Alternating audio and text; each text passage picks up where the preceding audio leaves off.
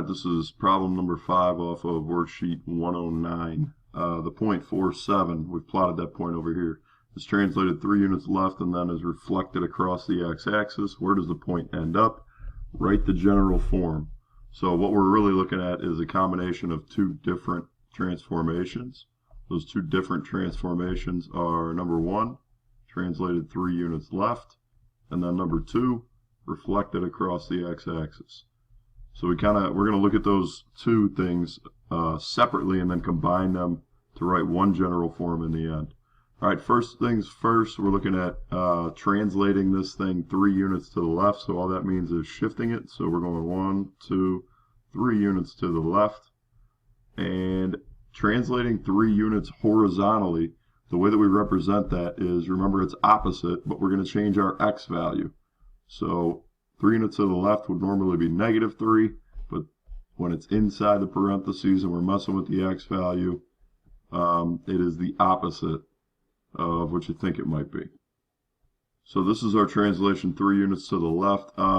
Just to kind of give you a visual of what's going on here, let's look at the parent function. In class we looked at f of x equals x squared. So we know this is a parabola, and this parabola looks like this. It's centered at 0, 0.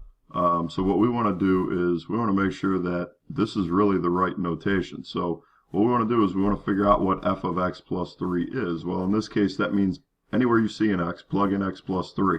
So here I've got f of x plus 3 is equal to x for this particular parent function. It would be x plus 3 squared. Now, we talked about this in class. Make sure that you don't make the mistake of saying, oh, that's x squared plus 3 squared. No, this is a FOIL problem.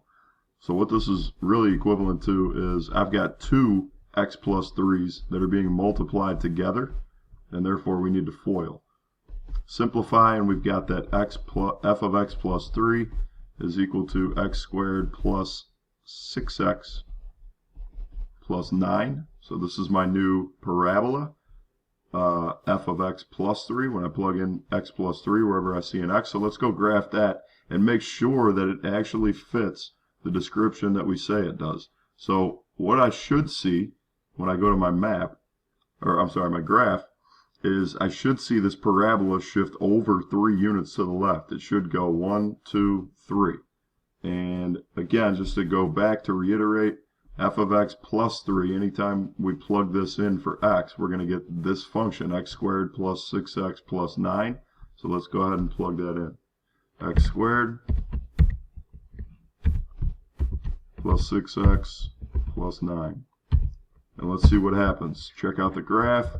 You can see, again, the green is the original. That's f of x equals x squared. And f of x plus 3 just shifts that parabola over 3 units.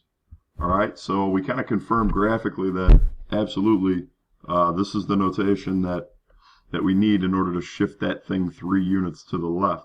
The next thing we need is a reflection across the x-axis. Now, what that means is if I take the top half of this graph, basically, and fold it over the x-axis, I will be left with the bottom half, the reflection of that. Okay? So what that means is this thing is going to go all the way down here as you fold that over.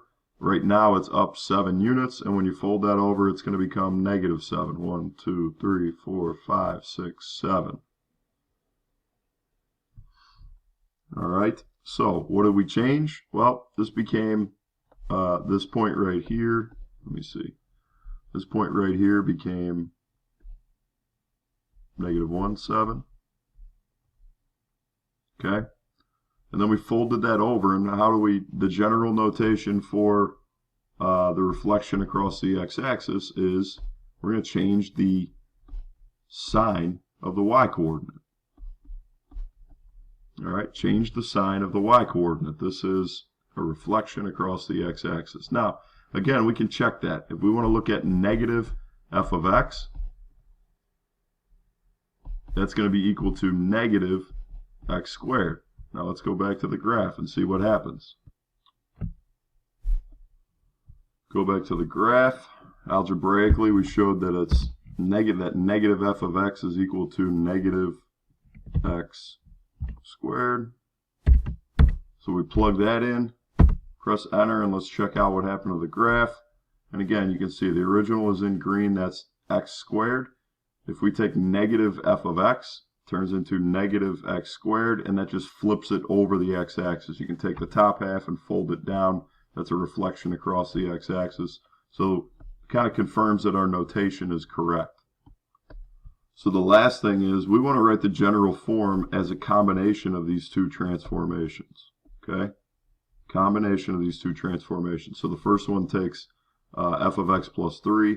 The second one negates that. If we're going to combine these two, then very simply, one of the ways that you can write it, there are a couple different ways, but one of the ways that you can write it is we want to take negative f of x plus 3. So we want to take the opposite of f of x plus 3, negative f of x plus 3.